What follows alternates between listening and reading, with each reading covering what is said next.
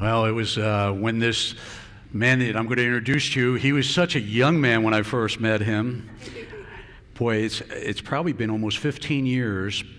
Ronnie would bring you almost every year to Christian Life Center, and when you would be there, you would go work out with my son Chris while you were there doing your school things, and you guys would meet because Chris always had the gym membership or would get you in or whatever, and I always felt like I was a good-sized man until John comes and stand alongside me. And we're so glad that where in Inland Empire have you been doing your school assemblies this week? Corona. Wow, that's not, is that Inland Empire, Corona? It is? That's a good ways away still, man. Yeah. I thought maybe you were probably in San Bernardino or somewhere, where they really need Jesus and stuff. No. Okay. All right. No. Bad. All right. John's going to come up. He doesn't normally, he usually preaches on Sundays because he does all his feats of strengths there in the school, but he's said that he'll do a few here today since this is your first time in this. And if you're a guest that he calls out of the crowd, you got to come up right away, okay? Don't delay the part of it. But let's give a warm welcome to John Pritikin here this morning.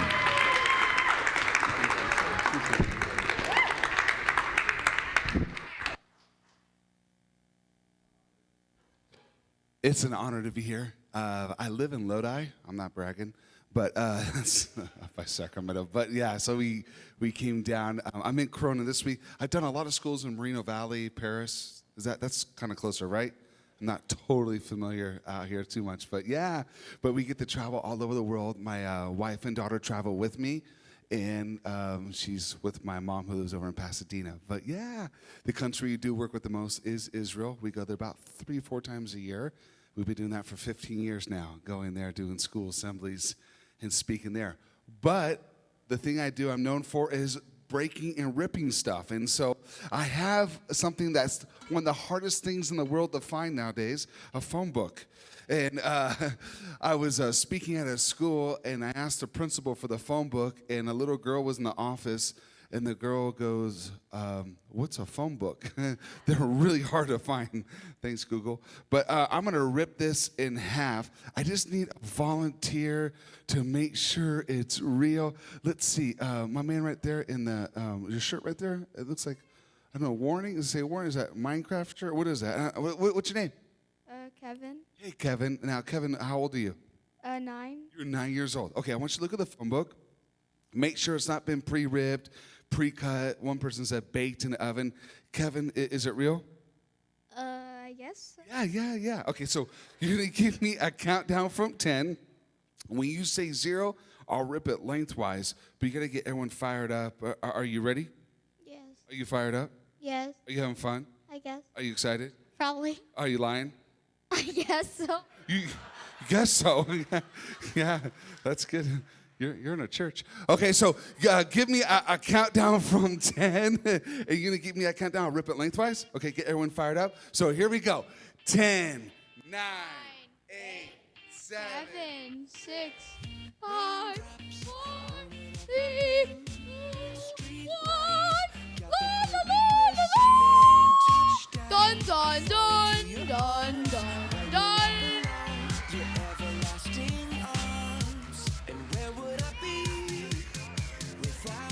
Give Kevin a big hand. Yeah. He's funny. I like him.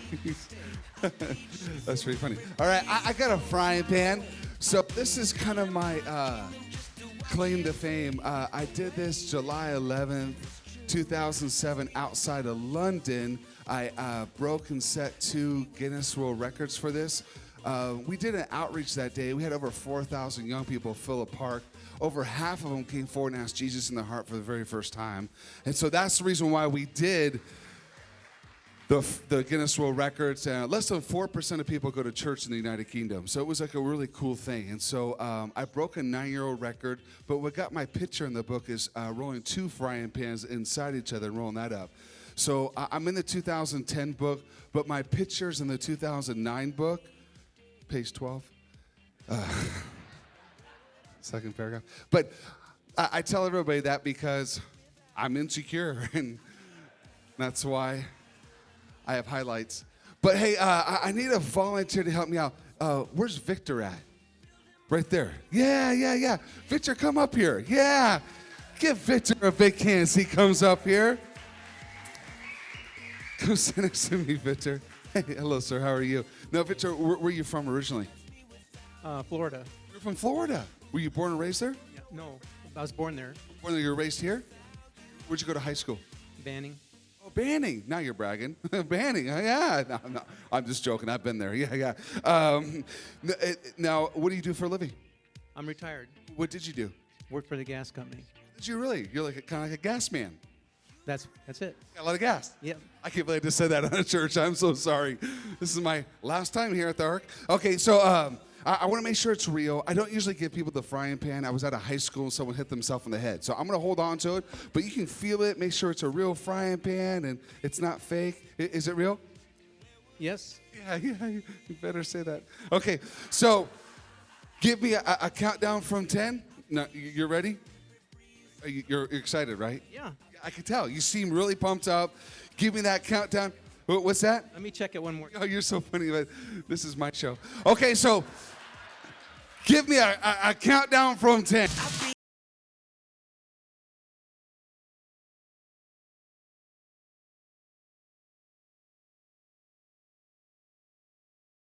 Give him a big hand. He did a great job. All right, I got a steel bar. My two girls right there. Will you guys come up here? Yeah, these two girls. Yeah. Let me get, is it Veronica? Is it Veronica? Veronica, would you come up here too? Yeah. Give them all a big hand. Say, come up here. Come over here. Yeah, come close to me. Now, what's your name? I'm Desiree. Desiree? You go by Des? I go by Desi. Desiree? Okay, we'll stick it with Desiree then. Okay, come stand right here. Come stand here, Desiree. What grade are you in, Desiree? I'm in fourth. You're in fourth grade. Okay, it's Veronica, right? Yes. Veronica, what grade are you in school? Ninth grade. You're a freshman. Hey, yeah. Okay, come stand right here. Stand right here. And what's your name? Alexis. Alexis, how old are you? 8. Are you married? No. Oh, I'm just trying to be funny. Come stand right here. Come stand right here. I try to be funny. It doesn't always work. Okay, you guys grab onto the steel bar with both your hands. What's going to happen in just a moment, I'm going to bend the bar in half. But to show everyone it's real, you're going to hold on really tight. I'm going to pick you guys up in the air and then spin you around. Okay, so it's kind of like a roller coaster, okay? So hold on tight. You're going to give me a countdown from 10, okay? So hold on tight. Don't let go. Are you ready? Yeah. Are you scared? Yeah. You should be. Okay, so here we go. You want to do it Mandarin?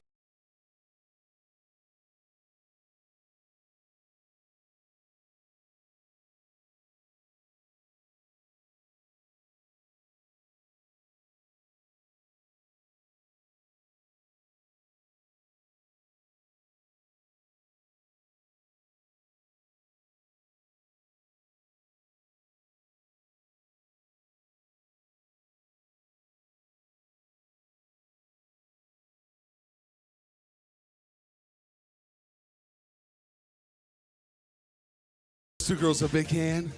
They did awesome. You're not done yet. Yeah. Now, Veronica, you might have seen this done on ESPN Strongman Competition, right? Yes. Yeah. They bend a bar behind their neck and they bend the ends together, right? I never. Yeah. You watch that show? I think you do, right? This is awkward. Yeah. Okay, so you're going to give me a countdown from 10. I'm not going to bend it behind my neck. I'm going to place it in my teeth and bend the ends together, okay? So you're going to get everyone fired up. Are you ready? Yes. You're going to go, yeah. Are you ready? Yeah. You excited? Yeah.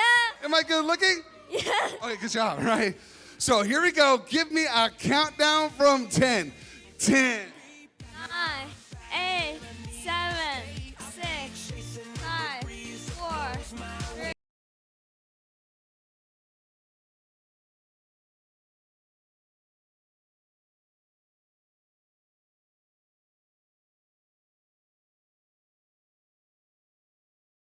It's like me, heavy, yeah. Yeah, you did such a good job. Give Veronica a big hand. Yeah. Take it home. Yeah, you can take it home with you. Yeah.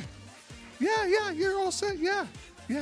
Give her another hand. She was so awesome.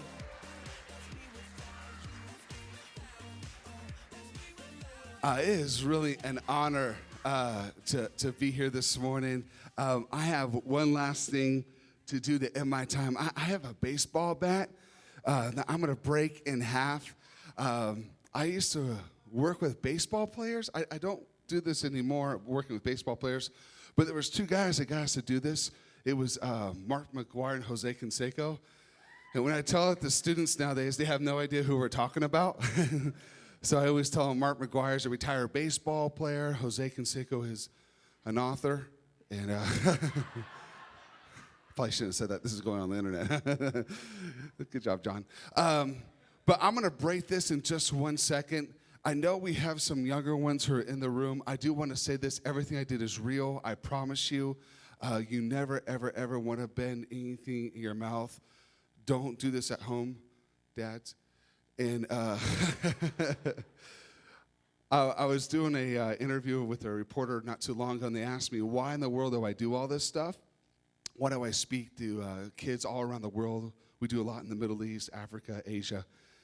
And they say, why do you do this? Break a bat, roll up a frying pan, take your family with you to these dangerous places like the Middle East, like Africa, the Redlands. And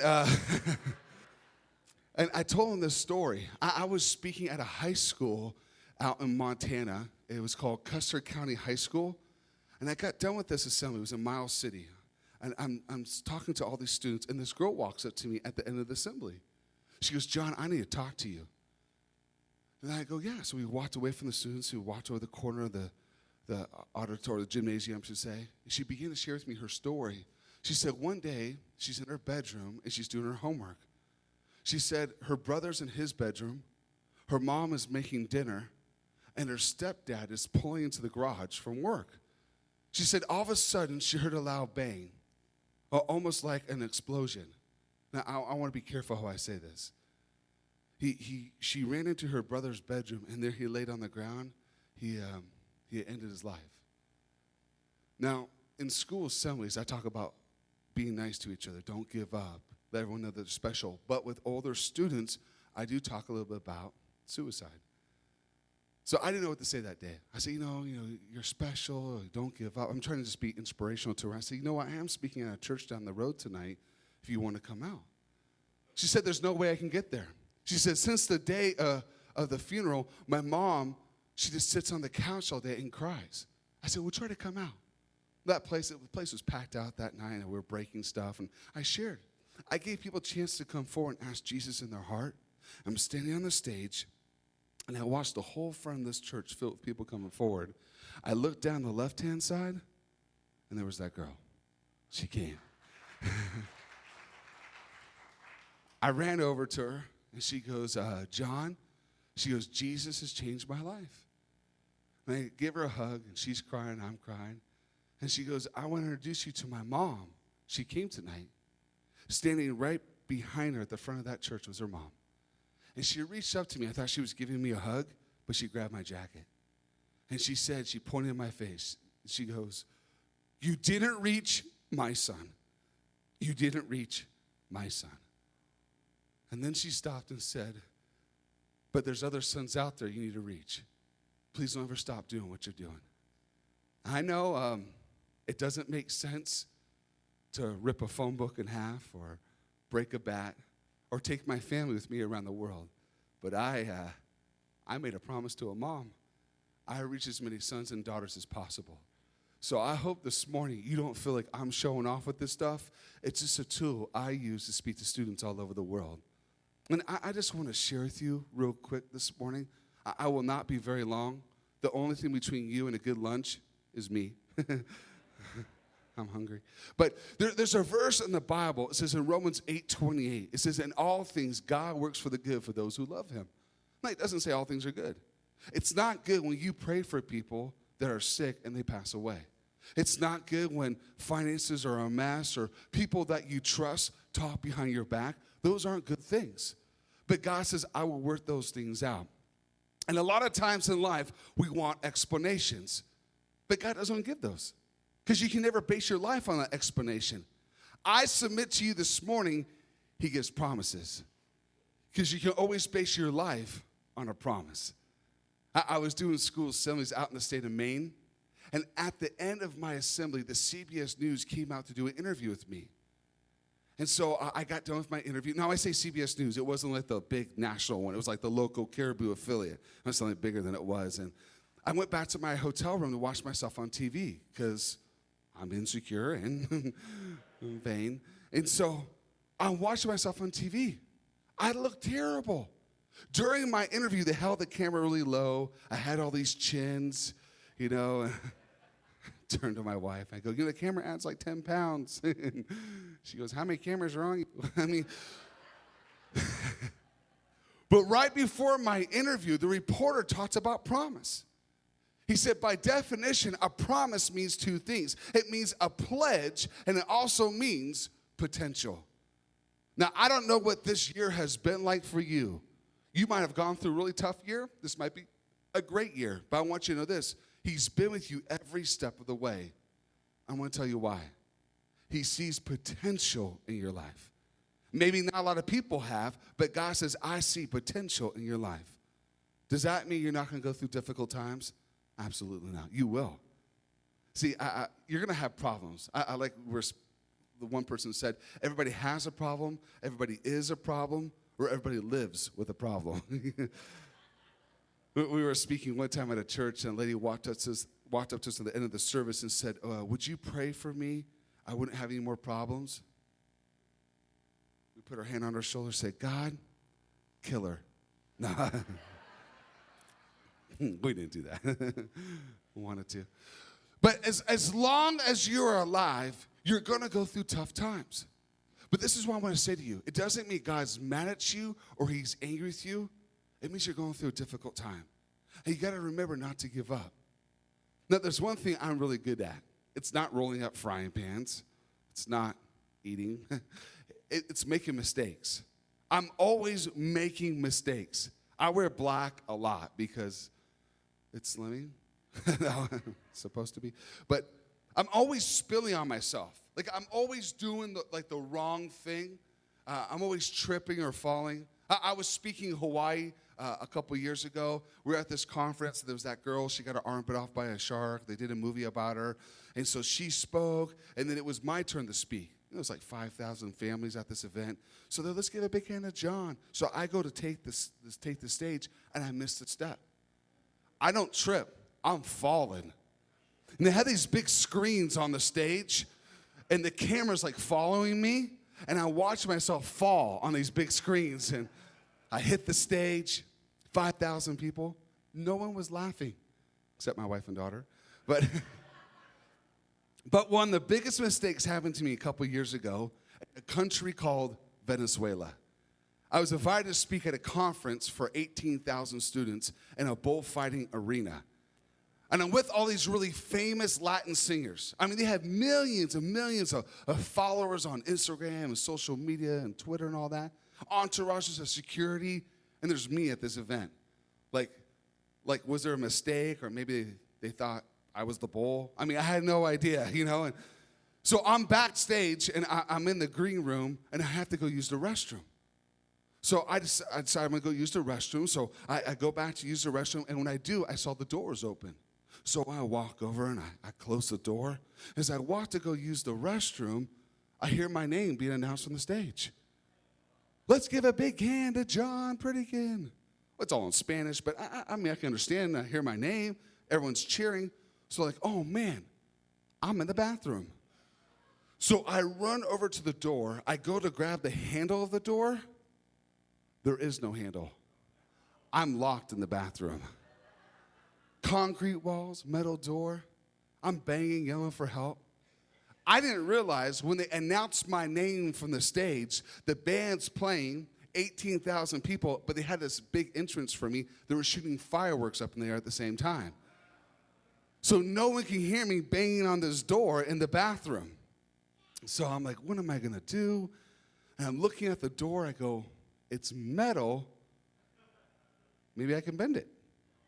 No, this is a true story. I'm not making this up. And I also want to say the door wasn't very thick. Like my daughter probably couldn't have bent this door. And so I got my fingers on the top of the door, put my foot on the wall, and I start bending the door down.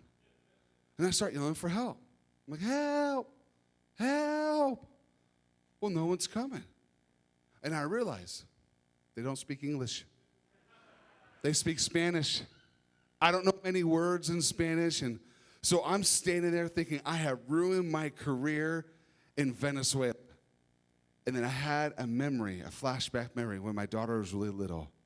Every morning, she would get up, she would turn on the television. She would put on a cartoon that taught Spanish to children called Dora the Explorer. And when Dora was in trouble, she would say a word in Spanish, and it would be like, ayúdame, like help me. Like, I need some help. I need a rescue pack, swiper, no swiping. I mean, I need something. So I put my face in the opening of this door, and I decided I'm going to scream this word out in Spanish. Now, if we have any Spanish speakers here today or someone's going to watch this someday, I just want to apologize ahead of time because I'm going to butcher this word. So I'm going to yell it. I'm all, ayúdame, ayúdame, ayúdame. For 10 minutes I did that. Finally, someone heard me. They opened the door. I ran, I took the stage, and I had to tell 18,000 people I was locked in the bathroom. This is my point today. Just because I make a mistake doesn't mean I am a mistake. Just because I fail at something in life, it doesn't mean I'm a failure. So many times, things don't go right in our lives, and we always constantly criticize ourselves. And this is what I want to say to you today. You're going to go through tough times, the times that don't make sense. But when you can't track God and you can't trace God, you could trust him. And you can't track him in the present, you could trust him with his history. God has a promise for you. See, there's a promise, there's problems, but lastly this morning, there's provision. And that's Jesus. As my wife comes to the piano, we kind of wrap up our time this morning. This is what I want to say, is that when we make these mistakes, we constantly criticize ourselves. And we got to realize that he wants to be that answer for us. I always tell students, always let God be your first choice, not your last resort. I was speaking to the Minnesota Vikings not too long ago. Now they lost, so don't have me speak to your team. But right before they went out and play, I told them, the biggest critic you have in your life, it's not the media. It's not your coach. It's not your teammates. It's not even your family. It's the person who lives in here. We constantly criticize ourselves. We got to realize that we're special.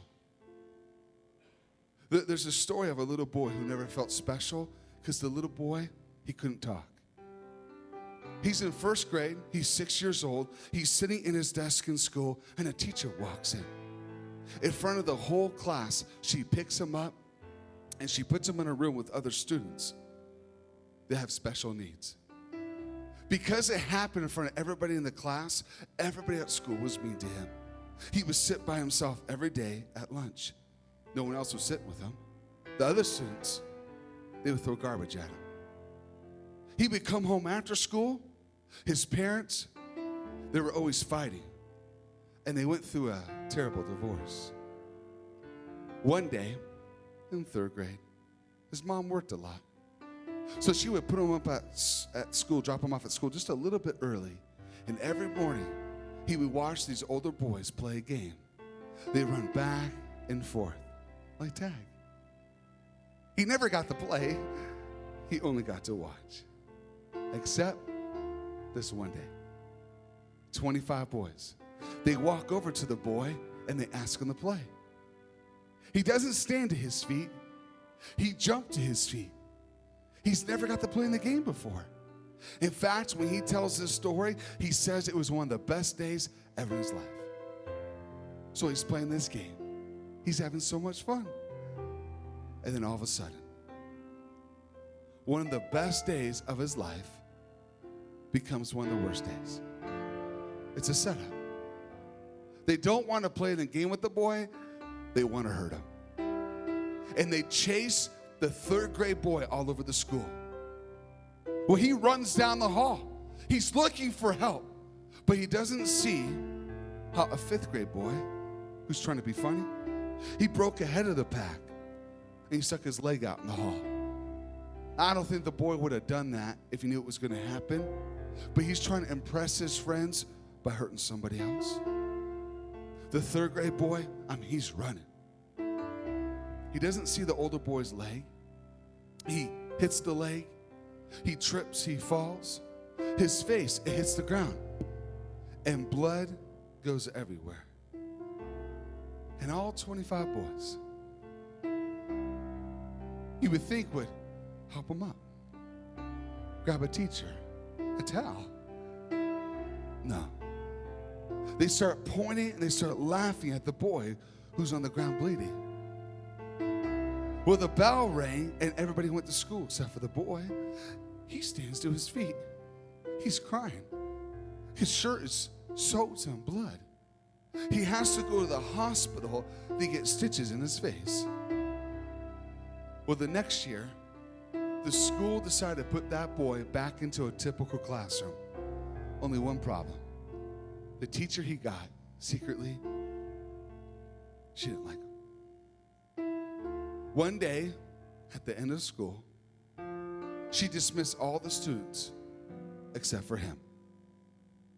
She walks over to his desk. She points at the boy and she says these words. She said, "You will never be able to read, write, or talk. You'll never graduate from high school or college. You're a throwaway." And that devastated the boy. Not too long ago, I was speaking in Scotland. I was at a school assembly. A 12-year-old boy walks up to me at the end of my assembly. He said, "John, my parents this morning sat me down at breakfast and said they're getting a divorce. And then they pointed at me and said, 'It's your fault.'" And that 12-year-old boy, he fell in my arms. He doesn't cry. He starts to wail, sobbing. He goes, "John, I don't know what I did." Sometimes the people who are supposed to love us and take care of us are the ones who hurt us the most. No matter what your age is, what your background is, where you're from, or what you face. If that's you today, if you've heard words like that, I believe I've come here this morning to say this to you. I'm sorry. You don't deserve it. You are not an accident and you're not a mistake. But you have a purpose on this planet. Don't ever believe a lie when someone tells you you're not special, because you are. With that boy, he went to a new school, 12 years old, 7th grade. His mom drops him off.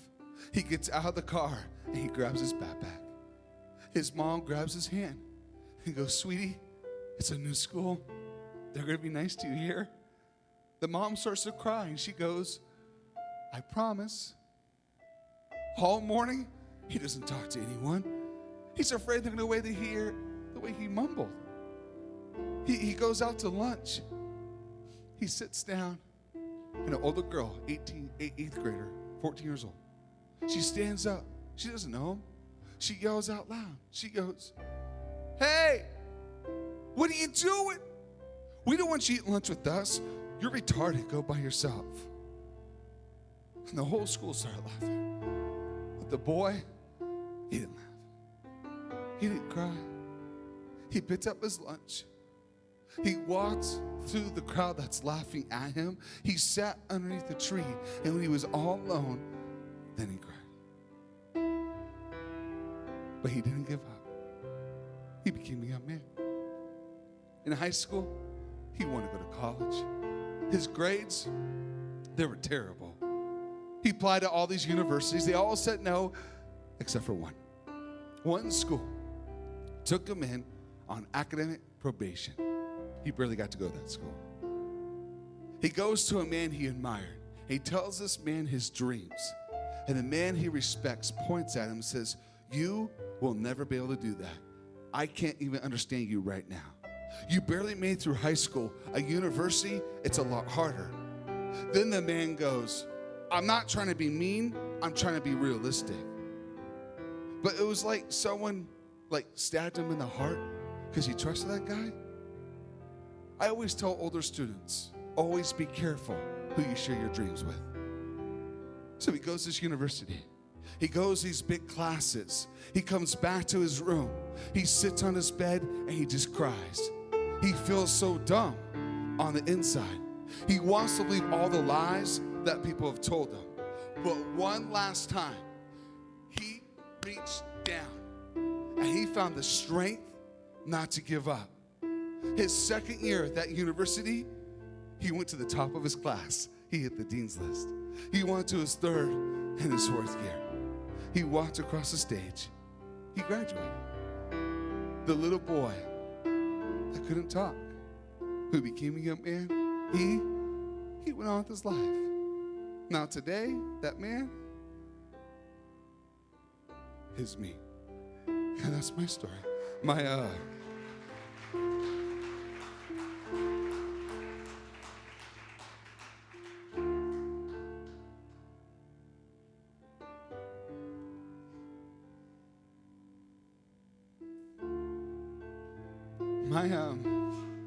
whole life, people have made fun of me. People think that I grew up as an athlete. It's not true. I'm just somebody that nobody wanted to eat or invite to their birthday party or have lunch with. And I'm here today because maybe there's someone here. You've come here this morning. You've been smiling. You shook people's hands. If we got honest, deep down the inside, you feel like giving up. Maybe your world's been crashing down. Maybe you feel like a failure. Maybe you feel like an accident. Listen to me. You're not. I had surgery in my throat. I've gone through therapy to help me talk the way I talk today. I still stutter. I still have problems with reading and writing, so I apologize. I'm not using notes this morning. But you know what? I'm not a mistake. Do I fail? Sure I do, but I'm not a failure. My daughter, as you heard earlier, her name is Jaden. She's heard me share my story so many times. When she was 5 years old, I took her back to the school I grew up at. I said, "Jaden, this is the classroom where the teacher told me those mean things." We walked to the other side of the school. I said, "This is where the boys tripped me and I was bleeding." I showed her the scar on my chin again. And I took her to the tree outside the school. I said, "This is where Daddy ate lunch by himself every day." I felt like a failure. But I didn't want my daughter to see me cry. We're walking back to the car. I'm looking the other way. And as I'm walking, my hand goes back. And I feel something. It's a little girl. With all her strength, she had grabbed my hand and stopped me from walking. And she looked at me. She goes, "Daddy?" I said, "Yeah, Jaden." She goes, "I'm sorry that happened to you." I go, "It's okay." And I picked her up. She gave me a hug. And she said, "Daddy?" I said, "Yeah, baby girl." She whispered in my ear, "I would have eaten lunch with you." And I'm sorry. Just my allergies.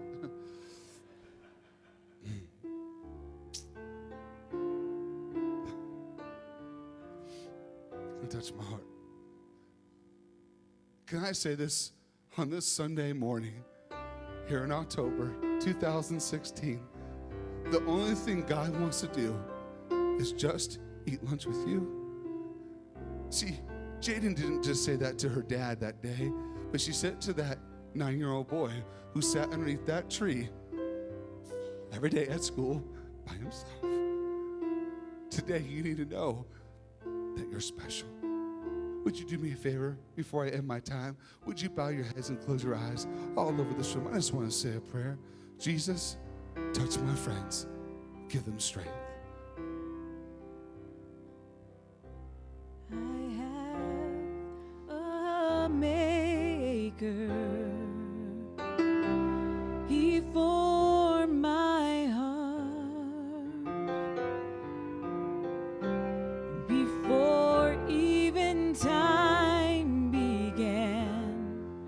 My life was in his hands, and he knows my name. He knows my every thought. He sees each tear that falls, and he hears me when I call. This morning with your heads bowed, your eyes closed, no one looking, no one moving. Every time I sat by myself, every time I felt like no one liked me, every time I cried myself to sleep at night, he knew my name. When you can't sleep in the middle of the night, when something breaks your heart, when you're driving to work, you're at school, chasing classes, or maybe you're at recess, wherever the case may be, I want to tell you, he knows your name. So my question is this. God forbid you would go home and take your last breath, you would die today. You're saying, John, I don't know where I would go. People ask me all the time, what's the secret to your success? It wasn't graduating from a university. It wasn't being in a Guinness Book of World Records, but it was the day I asked Jesus to come into my heart. That day I got up in heaven, saw a little Jewish boy that couldn't read, write, or talk. He loved me, and he accepted me. And the God that did that is the same God that's in this room right now. See, Jesus didn't come to take away your fun. He came to take away your pain. And so today, with every head bowed, every eye closed, no one moving, no one looking. But today you're saying, John, I want this Jesus we sung about. I want this Jesus that changed your life, that changed mine. I'm not asking you to join a church. I'm not asking you to join a religion. I'm just asking if you want to ask Jesus to come into your heart. So when I count to 3, all over this room, would you slip your hand up in the air and put it back down, saying, John, before you break that baseball bat today, I want to ask Jesus to come into my heart.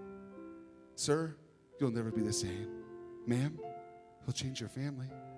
To every young person that's here, he loves you for who you are. So when I count to 3, would you put your hand up and put it back down? 1, 2, 3. Oh, I see all those hands. Oh, that's great. You can put all your hands down. Thank you so much. My second thing is this, and I promise you I'm done. You're here today. You love God. I don't doubt that, but you're going through a tough time. Maybe you feel like giving up.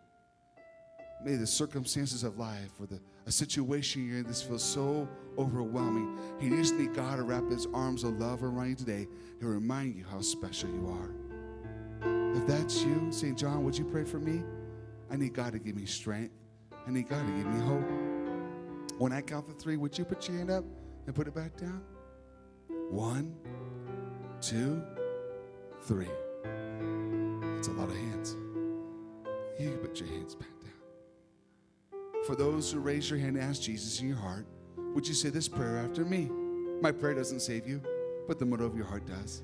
So say it from your heart today. Maybe it's your first time or it's a rededication. That's okay. Would everyone say it to encourage those who are saying it? And if you're watching online right now or down the road, would you say this prayer right where you're at? Everyone can repeat these words after me. Everybody go, Dear Jesus, I love you, and I ask you to come into my heart and forgive me of all my sins. Today, I make you my God, my Savior, and my friend. In Jesus' name, Amen. Now let me say a prayer. Father, I pray for those who are going through a tough time. God, every storm is a big storm when you're in the middle of it. So God, I ask that right now you just calm the storms in our people's lives. Lord, would you give them strength? Would you give them hope and give them peace? Give them 20/20 discernment and decisions that need to be made. For those who cannot sleep at night, those who toss and turn, those who have been battling anxiety and panic attacks, touch their hearts, calm their spirits. Holy Spirit, would you come and surround them and give them peace right now? The strength you gave to me as a little boy, would you give it to every person right now in the mighty name of Yeshua? Oh God, we love you and we worship you. He knows my name. He knows my every thought. And he sees each tear that falls. And he hears me when I call. If you sing it, if you know it, would you sing it? He knows my name. And he knows my every thought. And he sees each tear that falls. And he hears me when I call. He hears me when I call. Oh, you guys are awesome. I'm going to end my time. And I just realized that clock's broken back there, isn't it? Yeah, okay. I've been trying to gauge myself, but I realize it's not 10:40. I want to say one last thing. I promise you I'm done. I was speaking at church one time. I said, I'm closing. And a little boy in the front row goes to his dad, what does that mean? The dad goes, absolutely nothing. Closing. I just want to say something to all the moms that are here. I read an article in a magazine a long time ago. There was a lady who was a vice president of a bank, and she took her little boy to school that day. The principal and the teacher pulled the mom out into the hall as the boy went to class. They said, we tried everything. There's no hope for your child. The article said this lady, with all her education and all her success, goes onto the train to go into the city. And on this crowded train, she's crying. And she says out loud in front of everybody, there's got to be hope for my little boy. I finished the article that day. I looked to the very bottom part of that page and saw it was my mom who wrote it. That's how I started to share my story. I wouldn't be here today if it wasn't for my mom. Well, I guess literally I wouldn't be here today if it wasn't for my mom, but she took me to doctors and speech therapists. I've had the privilege to share my story with over 8 million students around the world. And I say that for only one reason today. If there's anybody in this room and you have someone in your life that has a learning disability, a speech impediment, ADD, ADHD, or even autism, I want you to hear me from the bottom part of my heart. If God can use me, He can use your kids. Don't give up. There's hope today. Moms, thank you for what you do for us. Sorry for what we put you through. Thank you for what you do. Can we give a big hand to all the moms?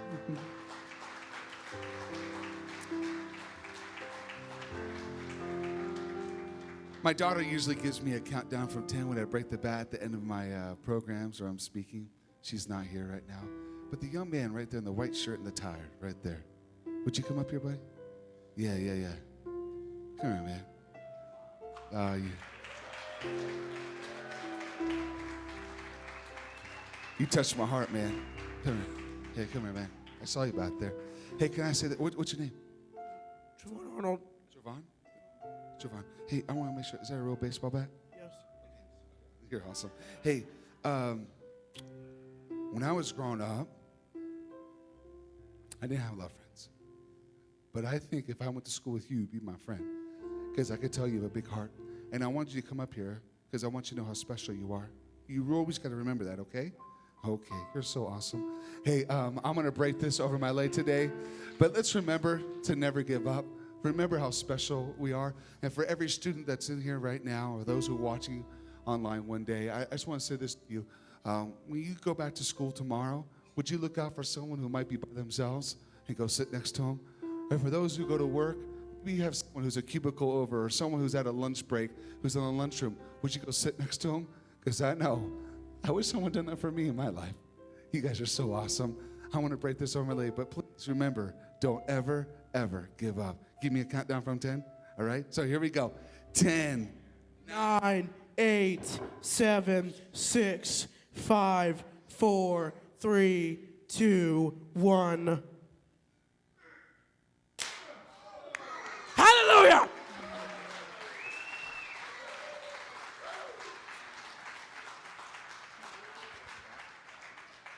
Hey, one more thing. I want to give you my wristband. Hey, give him a big hand. He's so awesome. I'm going to turn it back over. As Pastor Kevin comes, I want to say, Pastor Kevin, Minnie, I love you guys so much. Thanks for letting me come here. We've been corresponding. We've been trying to do this for years now. I know Thank it. you so much for letting me come to your church. You guys are so blessed to have them. They're incredible. One of my favorite teachers right here, too. Hey, you guys are awesome. Have a great day. Excellent. God bless, man.